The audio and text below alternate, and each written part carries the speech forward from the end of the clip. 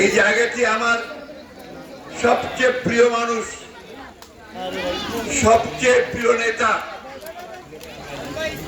আপনাদের এবং সারা দেশের কোটি কোটি মানুষের তিনি অত্যন্ত কাছের মানুষ। বিশেষ করে ফেনীর মানুষের কাছে যে স্লোগান আমি শুনেছি, ফেনীর গর্ব মোদের আরেদা, নেত্রী মোদের খালেদা, তাই না? সেই খালেদার জন্মভূমিতে দাঁড়িয়ে ঠিক আছে বাবা, প্লিজ, সেই খালেদা জিয়ার পৈতৃক বাসভূমিতে দাঁড়িয়ে আমি কথা বলছি।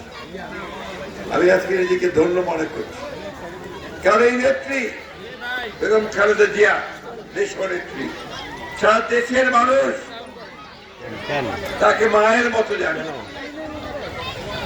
এই নেত্রী সারা দেশের মানুষকে, এই বাবা প্লিজ প্লিজ, এই নেত্রী সারা দেশের মানুষকে গণতন্ত্রের অধিকার আদায় করে দেওয়ার জন্য সারা জীবন তিনি সংগ্রাম করেছেন, লড়াই করেছেন। তার স্বামী ছিলেন রাষ্ট্রপতি, তার স্বামী ছিলেন সেনাবাহিনীর প্রধান, কিন্তু তারপরেও যখন জনগণের কাছ থেকে ক্ষমতা কেড়ে নেওয়া হলো,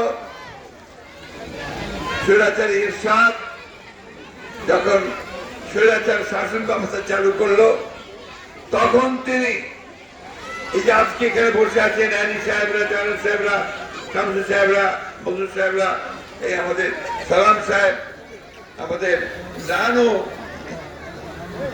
আমাদের শিবু বিশ্বাস সঙ্গে নিয়ে এবং ঢাকা সারা দেশের তরুণদেরকে নিয়ে তিনি আন্দোলন করেছেন, সংগ্রাম করেছেন, দীর্ঘ 9 বছর রাস্তায় থেকেছেন। এরপরে আমি ইতিহাস বর্ণনা করবো না, সব জানেন। সরকারে এসেছেন, সরকারে এসে তিনি গণতন্ত্রকে প্রতিষ্ঠা করবার জন্য তিনি পার্লামেন্টারি ফর্ম অফ গভর্নমেন্ট সংস্কৃতি গণতন্ত্র করেছেন। তিনি দেশের মানুষের কাজ করার জন্য, বিশেষ করে আমার সামনে মহিলারা আছেন, আমি অনুরোধ করবো একটু আপনারা যদি সামনে একটু বসে যান বা দেখতে দেন একটু প্লিজ। ভাইয়া যে আমি অনলাইন ক্যামেরা বলছি, একটু বসেন প্লিজ, বসেন একটু বসেন প্লিজ।